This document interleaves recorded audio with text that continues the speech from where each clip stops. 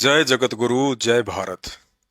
परमपिता परमात्मा, सारी सृष्टि के रचनहार, कुल मालिक, असंख्य ब्रह्मांडों के स्वामी, जगत गुरु, तीनों लोकों में प्रवेश करके सबका भरण पोषण करने वाले राजाधिराज, आत्माधार, नाथों के नाथ, देवों के देव महादेव, सर्वेश्वर महेश्वर, मृत्युंजय, अजरो अमर, आदि अनादि सनातनी प्रभु, जगत पिता जगदीश्वर, श्री श्री 1008 की उपाधि के वास्तविक अधिकारी, अकाल मूरत सौद स्वरूपी राम वासुदेव, सर्वगतम ब्रह्म, परम पूज्य, प्रथम पूज्य, परम संत, परम पुरुष, परम धनी, परम दयालु, सत्य कबीर, हक्का कबीर, अल्लाहु कबीर, अल्लाहु अकबर, बा खबर, अल्लाह ताला, जगत के तारणहार, जगत के मुक्तिदाता, जगत के जगन्नाथ, हारे के सहारे, हिंदुओं के राम, मुसलमानों के अल्लाह, सिखों के वाहेगुरु, ईसाइयों के मसीह, दया के सागर दया निधि, करुणा के सागर करुणा निधि, स्वयंभू परिभू, संकट मोचन, कष्ट हरण, मंगल करण, दुख भंजन, अविगत कबीर, निर्विकार निर्विषम परमात्मा, अलय अलेख सतगुरु, आदि अनादि सतगुरु, असली मर्यादा पुरुषोत्तम, असली राम, असली कृष्ण, असली घनश्याम, असली मुरारी,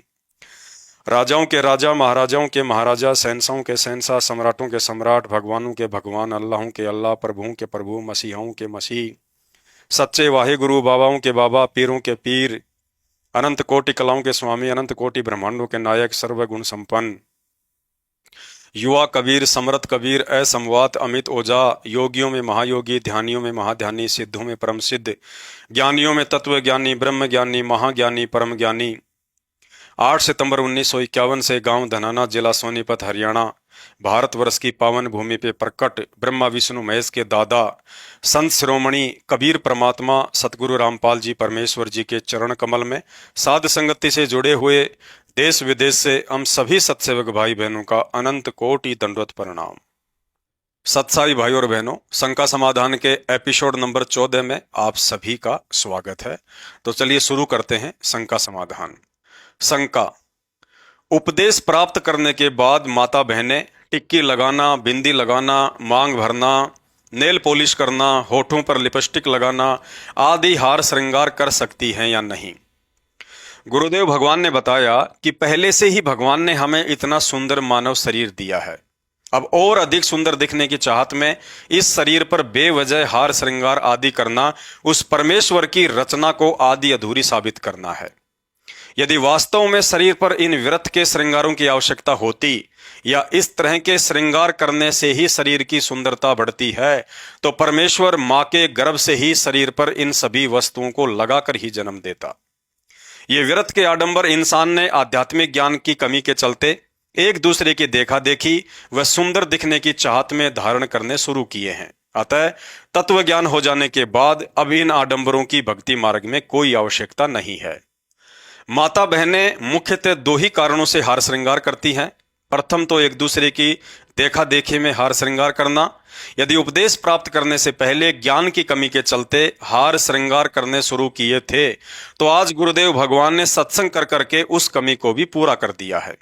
भगत ने दुनिया को देखकर उनकी बराबरी नहीं करनी, बल्कि अपने गुरुदेव के सत्संगों को आधार बनाकर ही भक्ति मार्ग पर सफलता प्राप्त करनी है।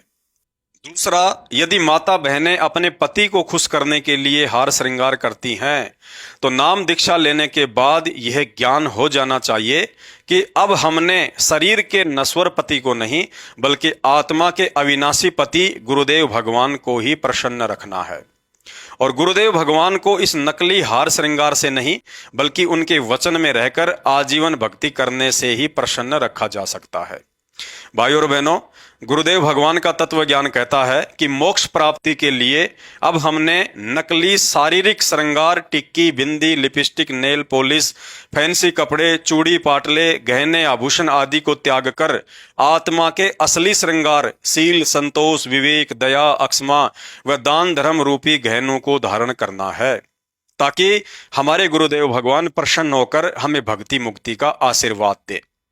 उसके बाद जब तक इन भक्ति बाधक झूठे हार श्रृंगार व नकली गहनों का परित्याग नहीं करेंगे, तब तक आत्मा के असली हार श्रृंगार शील, संतोष, विवेक, दया, अक्षमा आदि को धारण करने के योग्य भी नहीं बन सकते। और इन असली आत्मिक गहनों को धारण किए बिना हम लाख जन्म भी मोक्ष के अधिकारी नहीं बन सकते। गुरुदेव कहते हैं, पतिव्रता भावे नहीं, ये चूम चटक श्रृंगार। अर्थात ज्ञानहीन व्यक्तियों को भी इस शरीर पर नकली हार श्रृंगार करना तब तक ही अच्छा लगता है जब तक वह युवा है या किसी रोग आदि से पीड़ित नहीं है। जबकि बुढ़ापे में शरीर निढाल हो जाने पर, कोई भयंकर रोग हो जाने पर या परिवार में किसी प्रिय व्यक्ति की मौत हो जाने के उपरांत यदि कोई आपको कहे कि चलो ब्यूटी पार्लर चलते हैं मेकअप करवाने या डिस्को बार में चलते हैं मौज मस्ती करने, परंतु उस दुख की घड़ी में उस व्यक्ति की किसी भी हार श्रृंगार व मौज मस्ती के साधनों में रुचि नहीं बनती है, उसे सब कुछ फीका सा लगने लगता है।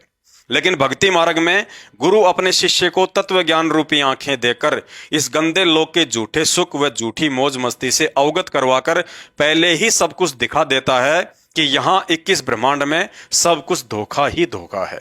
इसलिए भाई और बहनों, जो विशेष रहम आज गुरुदेव भगवान ने आप और हम चंद आत्माओं पर किया है, इसे शब्दों में बयान नहीं किया जा सकता। अतः समझदारी इसी में है कि उनके प्रत्येक वचन पर पूरा विश्वास करके आजीवन मर्यादा में रहकर भक्ति करते हुए स्वयं के जीवन को भी सफल बनाएं और आने वाली पीढ़ियों के लिए एक उदाहरण बनकर जाएं कि कैसे अपने गुरुदेव को ही पूर्ण ब्रह्म परमात्मा कबीर साहिब मानकर उनके प्रत्येक वचन को पत्थर की लकीर समझकर आजीवन मर्यादाओं से बंध कर भक्ति करके उन्होंने सतलोक प्राप्त किया। पति भरता और सुहेलड़ी सेवन अधिक अपार, पति भरता भाव नहीं ये चूम चटक सिंगारे।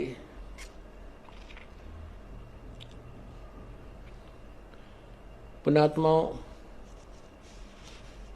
इसमें दोनों ही हमें आदेश दे रहा है परमात्मा, दोनों ही निर्देश हैं। अपने साधारण जीवन में और इस भक्ति जीवन में हमने कैसे जीना है।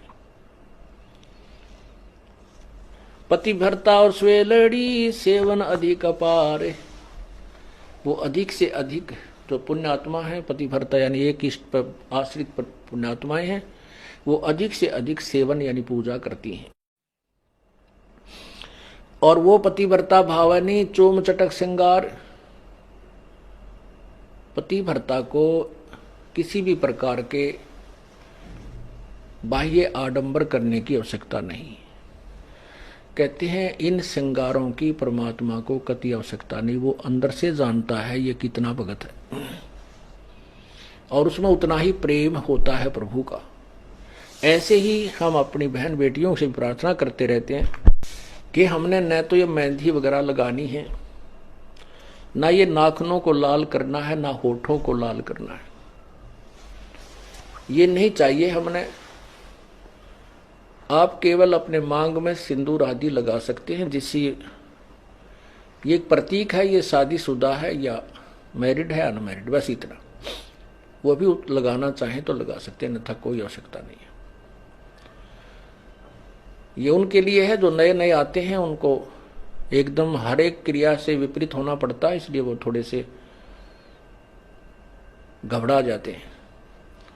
जब ज्ञान हो जाएगा फिर आपको ये शरीर मिट्टी नजर आओगा। इस मिट्टी के घड़े को कितना श्रृंगार है, कितना इसके ऊपर चित्र सुंदर लगा दे, देश में वस्तु जल नहीं है तो ये व्यर्थ है।